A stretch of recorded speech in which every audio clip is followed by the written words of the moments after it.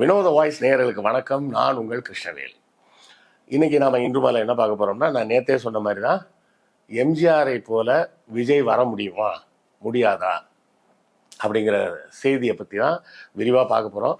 அது பாயிண்ட்ஸ் எல்லாம் மறந்துடக்கூடாதுன்னு எழுதியே கொண்டு வந்திருக்கேன். சரியா? இதுக்கு உட்காந்து 2 மணி நேரம் வேலை பார்த்து தான் எடுத்து ரெடி பண்ணியிருக்கிறேன். சும்மா டக்குன்னு பண்ண முடியல. இது பிம்பச்சிறைன்னு ஒரு புத்தகமே வந்திருக்கு. அந்த புத்தகம் எனக்கு கையில் இப்போ உடனடியாக கிடைக்கல. யாரும் வாங்கிட்டு போனவங்க கொண்டு வந்து தரவே இல்லை. வீட்டில் தேடி பார்த்தா காணும். வீட்டில் தான் இருந்தது. யாரோ படிக்க வாங்கிட்டு போனவங்க திருப்பி கொண்டாந்து கொடுக்கல. ஸோ அதுக்கு அப்புறம் நெட்டில் எல்லாம் கொஞ்சம் தேடி எனக்கு தெரிஞ்ச செய்திகள் எல்லாத்தையும் தொகுத்து கொண்டு வந்துருக்கிறேன். எம்ஜிஆரை போல் விஜயால் ஏன் வர முடியாது அப்படிங்கிறது தான் இந்த எக்ஸ்க்ளூசிவான வீடியோ. நம்ம வீடியோவில் அடிக்கடி நம்ம அப்புறம் நண்பர்களே புத்தகம் வாங்குன்ற போடுறதெல்லாம் நிறைய பேர் கேலி பண்ணுறாங்க. கேலி கிண்டல்லாம் பற்றி நம்ம கவலைப்பட வேண்டிய அவசியம் இல்லை. எத்தனையோ காமெடி பண்ணுறவங்க சேனல்லாம் என்ன பண்ணுறாங்க, என்ன சப்போர்ட் பண்ணணும்னு நினச்சிங்கன்னா நீங்கள் பணம் அனுப்புங்கன்னு கேட்குறாங்க. நம்ம என்ன பணம் அனுப்புங்கன்னு கேட்குறோமா? சேனல் நடத்த பணம் தேவைப்படும். அப்படி தேவைப்படக்கூடிய பணத்தை நீங்கள் புத்தகம் வாங்கினால் உங்களுக்கு புத்தகங்கள் வாங்கிய அந்த புத்தகங்களாகிய அறிவாயுதம் உங்கள் கைக்கு கிடைக்கும். அதன் மூலமாக எங்களுக்கு கிடைக்கக்கூடிய பணத்தை வைத்து நாங்கள் இந்த சேனலை நடத்த முடியும் அப்படின்னு தான் நம்ம சொல்கிறோம். ஸோ புத்தகம் வாங்குங்க அப்படின்னு நான் கேட்பதில் நான் கூச்சப்படவில்லை. அதை பார்ப்பதற்கு நீங்களும் சலிப்படைய வேண்டிய அவசியம் இல்லை. புத்தகம் வாங்க முடியாதவர்கள் லைக் போட்டாலும் சப்போர்ட்டு தான், ஷேர் பண்ணாலும் சப்போர்ட்டு தான், சப்ஸ்கிரைப் பண்ணாலும் சப்போர்ட்டு தான், ஏன் கமெண்ட் போட்டிங்கன்னா கூட சப்போர்ட்டு தான். ஸோ ஏதாவது ஒரு வகையில் உங்கள் ஆதரவை நம்ம சேனலுக்கு கொடுத்துக்கிட்டே இருங்க. நான் சொல்கிறத விட இதை பார்த்தே வாசிக்கிறேன், ஃபாலோ பண்ணிக்கிங்க. பாயிண்ட் நம்பர் 1, சினிமா மூலம் ஒரு பிம்பத்தை உருவாக்குதல். வெறும் நற்குணம் மட்டும் போதாது, நல்லவர் என்ற பிம்பத்தை உருவாக்க வேண்டும் என்பதை எம்ஜிஆர் புரிந்து கொண்டார். ஒவ்வொரு வெற்றிகரமான தனிநபருக்கும் ஒரு தனித்துவமான மற்றும் மறுக்க முடியாத ஒரு பிம்பம் தேவை என்று அவர் வலியுறுத்தி கொண்டார். 1971 ரிக்ஷாக்காரன், 64 தொழிலாளி ஆகிய படங்களில் ஏழைகளின் நண்பனாக பண்ணையார்கள், முதலாளிகள், ஆதிக்க சக்திகளுக்கு எதிராக போராடுவதாக படங்களில் காட்டினார்.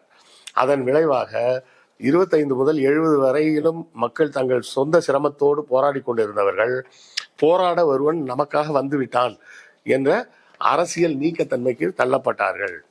1950களிலிருந்து எம்ஜிஆர் தனது திரை பிம்பத்தை கட்டமைத்தார். அதாவது திமுக தொடங்கிய ஒரு ஆண்டிலேயே அவர் தன்னுடைய திரை பிம்பத்தை கட்டமைக்க தொடங்கிவிட்டார். அவரது கதாபாத்திரங்கள் அவரை ஏழைகளின் பாதுகாவலராகவும், நீதியின் காவலனாகவும், தமிழ் கலாச்சார விழுமியங்களின் உருவகமாகவும் சித்தரிப்பதை உறுதி செய்தார். நினைத்ததை முடிப்பவன் 1975 திரைப்படத்தில் பணக்கார தோரணையுடனாக உணவு சாப்பிடுவதை தவிர்த்து கேப்பை கூழ், சுக்கு காப்பி குடிப்பதாக காட்சியை மாற்றி ஏழைகளுக்கு நெருக்கமானவராக காட்டிக்கொண்டார். மாட்டுக்கார வேலன் 1970 மாடு மேய்க்கிறவனாகவும் வழக்கறிஞராகவும் இரட்டை வேடத்திலும் நடித்தார்.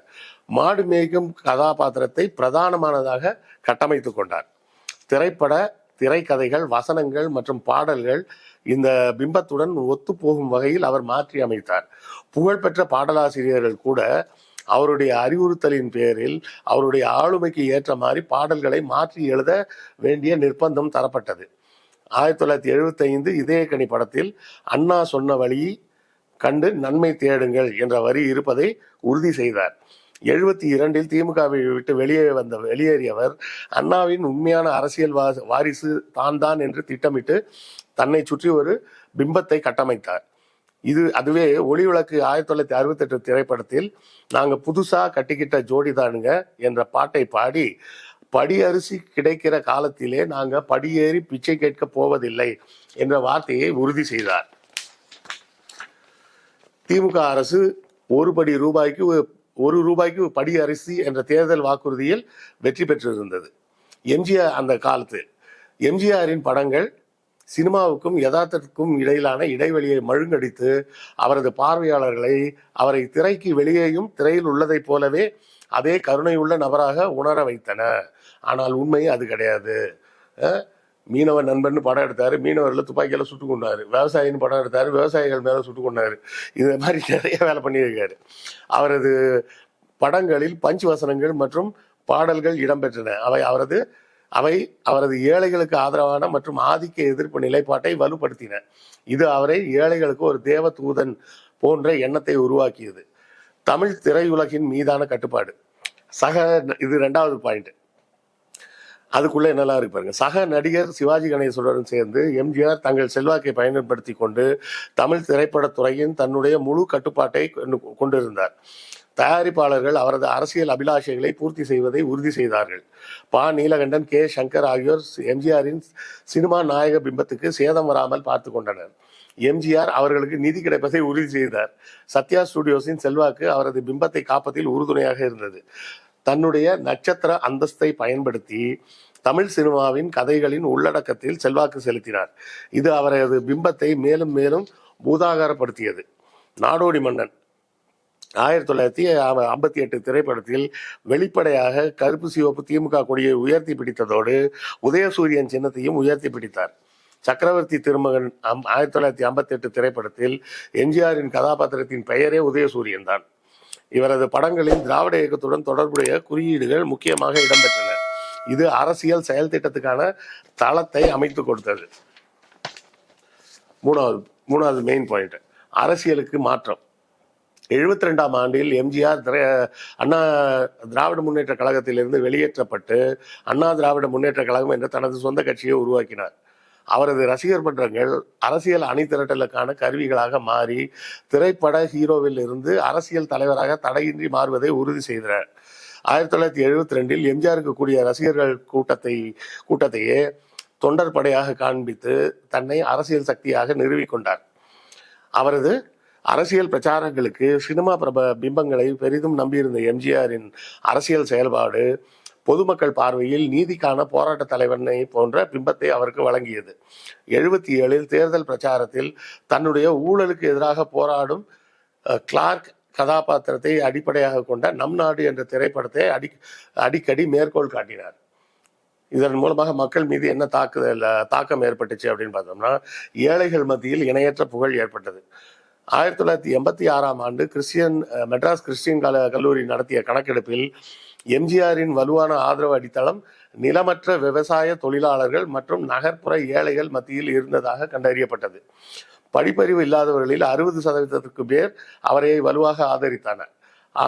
ஆனால் அதே நேரத்தில் கல்லூரியில் படித்தவர்கள் 20% பேர் மட்டுமே அவருக்கு உறுதியான ஆதரவாளராக இருந்தனர். காவிரி பூம்பட்டினம் என்ற கிராமத்தில் எம்ஜிஆர் மண்ணால் செய்யப்பட்ட கிளாஸில் டீ குடித்தார் என்ற காரணத்துக்காகவே கிளாஸ் டம்ளரில் டீ விற்பதை நிறுத்திவிட்டார் அந்த கடைக்காரர். அந்த வேற என்ன தாக்கம்னு பார்த்தோம்னா, பகுத்தறிவுக்கு அப்பாற்பட்ட உணர்ச்சி விசுவாசம்.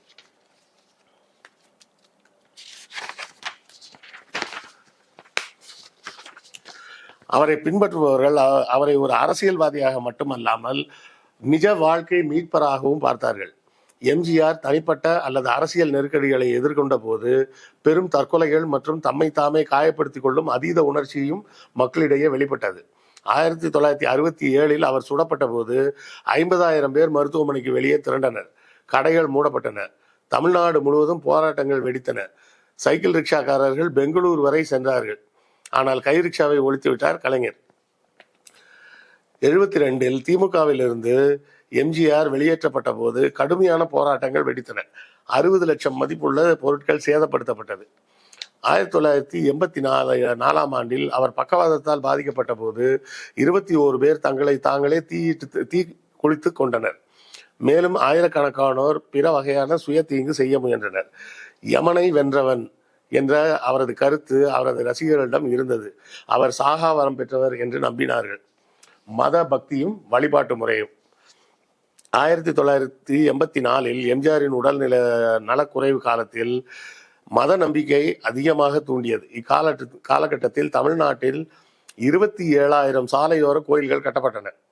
கடவுளை காப்பாற்ற இன்னொரு கடவுள் என்ற நிலைக்கு பிம்ப அரசியலில் மக்கள் சிக்கி கிடந்தார்கள். கடவுளுக்கு செய்து கொண்டிருந்ததை எம்ஜிஆரின் கட்டவுட்டுகளுக்கு பாலாபிஷேகமாக செய்தனர் ரசிகர்கள். அவர் இறந்தபோது அவரது உடல் இல்லாமலேயே பல ஊர்களில் அவருக்கு இறுதி சடங்கு செய்யப்பட்டது. இறுதி சடங்கு மட்டுமல்ல, இந்த இறுதி ஊர்வலங்களும் நடைபெற்றது. 31 பேர் தீக்குளித்து இறந்தனர். அரசியல் வெற்றியும் தேர்தல் வெற்றிகளும். நிர்வாக தோல்விகள் மற்றும் பொருளாதார தேக்கம் இருந்த போதிலும் எம்ஜிஆர் சந்தேகத்துக்கு இடமின்றி பிரபலமாகத்தான் இருந்தார். 1977 முதல் 87 வரை தொடர்ந்து தேர்தல்களில் வெற்றி பெற்று கவனமாக தொகுக்கப்பட்ட அவரது பிம்பத்தின் சக்தியை அவர் வெளிக்காட்டினார். ஸோ இத்தனை விஷயங்கள் நடந்திருக்கு எம்ஜிஆரின் அரசியல் வெற்றிக்கு பிறகு, பின்னணியில் அவரது சினிமா பிம்பம் மட்டும் இல்லாமல். இதே போலவே ஜெயலலிதாவும் ஈஸியாக வந்துட்டாங்களா அப்படின்னா அப்படிலாம் வர முடியாது. ஜெயலலிதாவும் முதலில் அந்த இராணுவ டாங்கியிலிருந்து இறக்கப்பட்டு அதன் மூலமாக மக்கள் மீது அவருக்கு ஒரு பரிதாபம் ஏற்பட கட்சி இரண்டாக உடைய, அதன் பிறகு தனித்து நின்று அதுக்கப்புறம் ஜெயிச்சு அதுக்கப்புறம் எதிர்கட்சியாக உள்ள போய் அப்புறம் தலைவிரி கோலமாக வெளியே வந்து இவ்வளோ ட்ராமாலாம் நடந்து அதன் பிறகு இரட்டை இலை திரும்ப கிடைச்சி அதுக்கப்புறம் தான் அவங்க ஜெயிச்சு வந்தாங்க.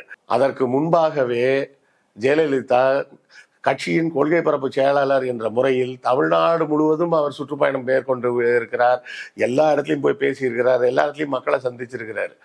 அரசியலில் ஜெயிச்சு முதலமைச்சர் ஆனதுக்கு அப்புறம் தான் அவங்க வந்து அந்த தேர்தல் சமயத்தில் வர்றதை தவிர மற்ற நேரம் வர்றதில்லைன்னு மாற்றிக்கிட்டாங்க.